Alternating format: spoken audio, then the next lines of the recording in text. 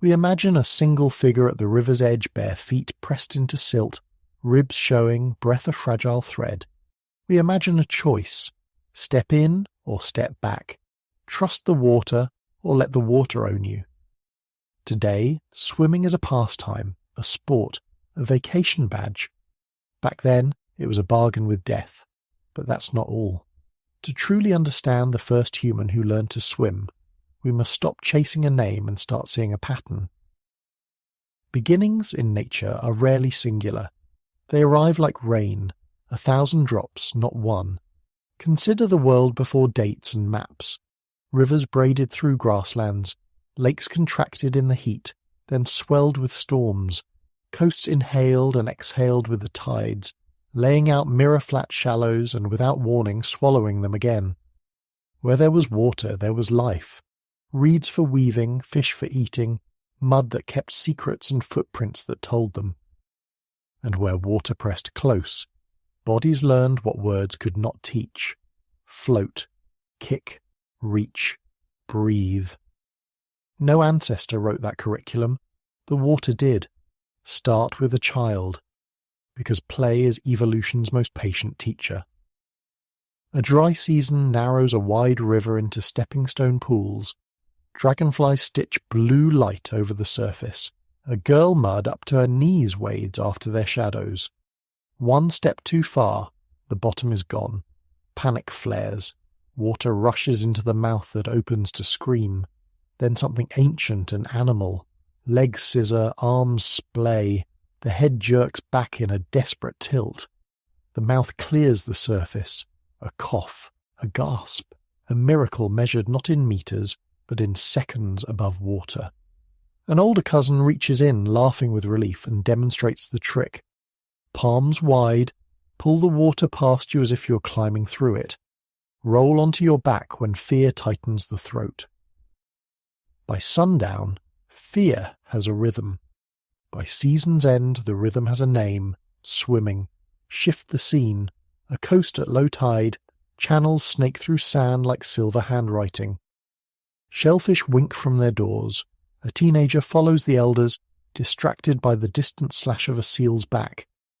A swell, folded by wind, spills into a trench.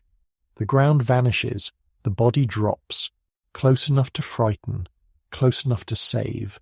Head up, legs thudding, arms scooping clumsy. Yes, effective. Entirely. The dog paddle is born not from design but imitation. Otters rolling in kelp, dogs cutting across creeks. Ugly, unforgettable, indispensable. Now the river crossing. On the far bank lies a long, straight log perfect for a raised firebed, dry even when the flood surprises the camp. Two adults decide. Strip down. Test the current with a stick. Use the log as a floating ally. They learn rules that no one wrote. Breathe with the pull, not against it. Angle upstream so the current carries you across, not away. When your lungs beg for fire, hug the wood. Become heavier to the air and lighter to the water. By nightfall, the method has a ritual. Who scouts? Who knots the vine? Who swims? Who waits with a bonfire and a robe of heated bark? Knowledge enters culture as choreography. But was there a first? Our minds crave a hero, a name to crown a beginning. Nature prefers a chorus. Skills that depend on feeling balance, buoyancy, breath, don't burst from genius, they accrete from repetition. 1,000 failed gasps teach one smooth inhale. 100 frantic scrambles teach one calm float. No fossil remembers the first float. No stone holds the earliest breath taken barely above water. What remains are clues, settlements stitched to waterways, tools stained by reeds, wear patterns that whisper of long hours wading in shallows, myths praising river gods and warning of lake spirits, proverbs that treat swimming both as virtue and defiance. The archive isn't ink, it is habit. Still, let's imagine a face, small body, warm bend of river, knees mud-brown, hair pasted to a sun-slick forehead. The step too bold, the drop too sudden. Terror pulls like a hand. Then a kick, a pull, the miracle repeat. Water stops being a wall and becomes a weight you can hold and move. The child coughs, laughs, stumbles to shore, and describes the experience with hands, like pushing a sleeping animal, like climbing through a soft forest that grows back the moment you part it. By the fire, the story becomes instruction. Tomorrow, more children will try in the smallest, safest eddy. By the next moon, the skill no longer belongs to an accident. It belongs to everyone, but that's not all. Water is generous, and water is cruel. For every child who learned, another did not. For every gasp that ended in air, a gasp that ended in silence. This is the quiet tragedy embedded in every practical skill. We learn because we must. We remember because forgetting hurts. In one camp, an elder tells a caution. Do not chase dragonflies where the river runs black. In another, a song sets the rhythm of a kick. 2 beats pull, 1 beat breathe. Instructions become superstition. Superstition becomes safety. Safety makes room for courage. And courage tempered by grief makes a culture that can swim. Listen to the metaphors we inherit. Sink or swim. Thrown in the deep end. Keep your head above water. These phrases come from a memory older than writing. The body is a small warm fire in a cold, moving world. To keep that fire lit is to live. To share the trick is to belong. Centuries later, when people carve scenes into stone and paint figures on cave walls, we see arms outstretched, legs askew, bodies posed mid-stroke. Are they swimming? Or are they dancing for gods who live beneath the surface? Interpretations argue, water doesn't. It simply asks the same old question over and over, can you stay with me and still breathe? The answer is not an invention. It is a practice.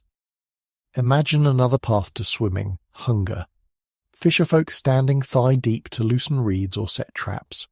An arm-length farther means richer catch. A misstep means deep water.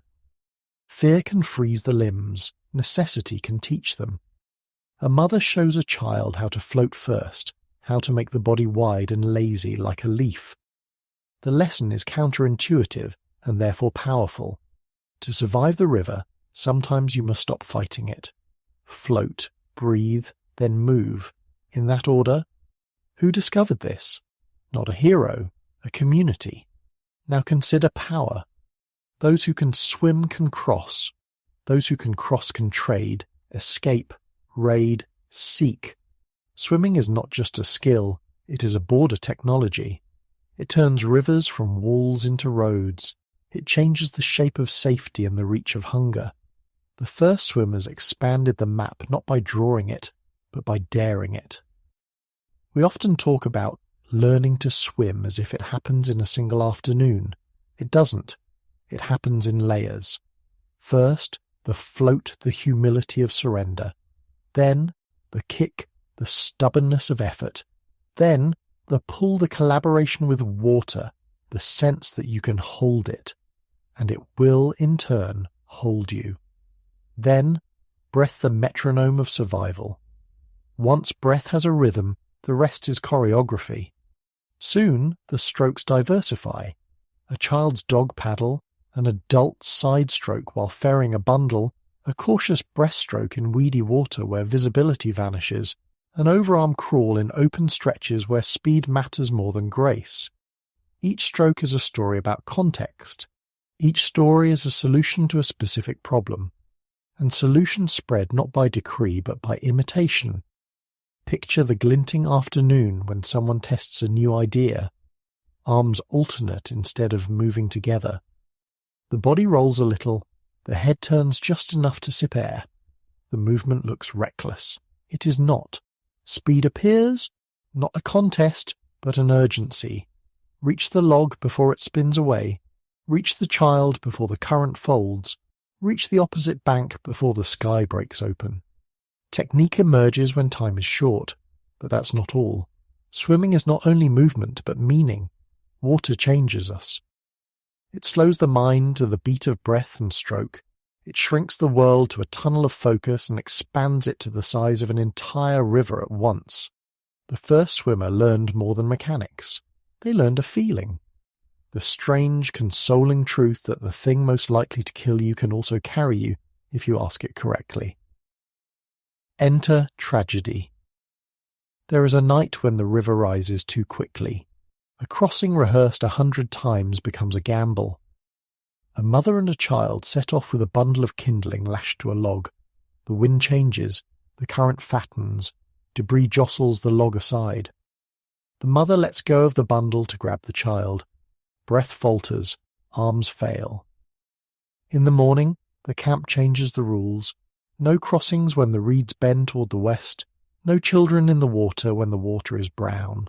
A small shrine forms where the mud meets the grass, not because the river is evil, because memory is merciful only when it becomes instruction. This is how hard knowledge survives. It is paid for.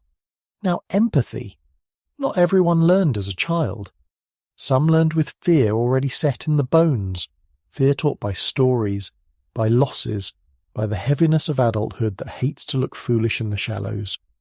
To them the first float is a revelation and a revolt. Bend the knees, open the arms, rest the head back.